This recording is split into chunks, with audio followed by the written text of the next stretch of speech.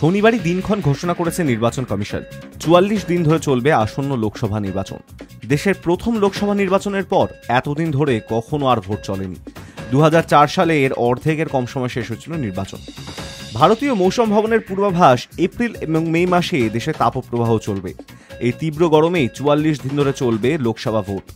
যদিও অতীতে শরৎকালে এবং শীতকালে দেশে লোকসভা ভোট হতো, ২০০৪ সাল থেকে ভরা গ্রীষ্মে হচ্ছে লোকসভা নির্বাচন।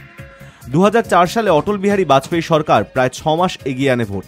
তাদের ধারণা হয়েছিল সেই সময় ভোট হলে জনমত তাদের পক্ষেই হবে। তারপর থেকেই স্থায়ীভাবে ভরা গ্রীষ্মেই লোকসভা ভোট হতে শুরু করে। তার আগে সেপ্টেম্বর অক্টোবরে লোকসভা ভোট হতো দেশে। ৩০ দিনের মধ্যে শেষ হয়ে যেত ভোট। দেশের প্রথম লোকসভা নির্বাচন হয়েছিল ১৯৫১ সালের ২৫শে অক্টোবর থেকে ১৯৫২ সালের ২১শে ফেব্রুয়ারি পর্যন্ত, এখনো পর্যন্ত দীর্ঘতম।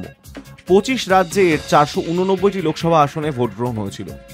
পরিকাঠামো প্রয়োজনীয় ব্যবস্থার অভাবে ৬৮ দফায় হয়েছিল ভোট। বেশিরভাগ কেন্দ্রেই ভোট হয়েছিল ১৯৫২ সালের গোড়ায়। হিমাচলে সে সময় প্রবল ঠান্ডা থাকে, সে কারণে ১৯৫১ সালের অক্টোবরে ভোট হয়েছিল। তবে জম্মু কাশ্মীরে কোনো ভোটই হয়নি। সেখানে প্রথমবার লোকসভা ভোট হয় ১৯৬৭ সালে। ১৯৬২ থেকে ১৯৮৯ সাল পর্যন্ত ভোট চলেছে ৪ থেকে ১০ দিন। সবথেকে কম দিনে ভোট শেষ হয়েছে ১৯৮০ সালে। ৩ থেকে ৬ জানুয়ারি চলেছিল ভোট।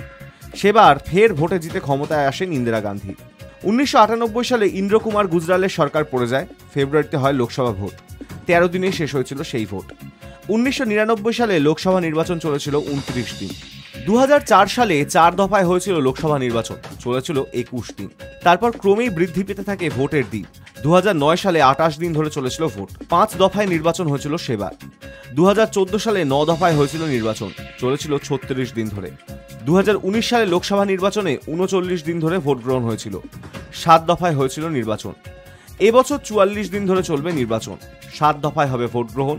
প্রথম দফার ভোট ১৯ এপ্রিল, দ্বিতীয় দফার ভোট হচ্ছে ২৬শে এপ্রিল, তৃতীয় দফা ৭ই মে, চতুর্থ দফা ১৩ই মে, পঞ্চম দফা ২০ মে, ষষ্ঠ দফা ২৫শে মে এবং সপ্তম দফা ১লা জুন। ভোট গণনা হবে ৪ঠা জুন। Hi news network.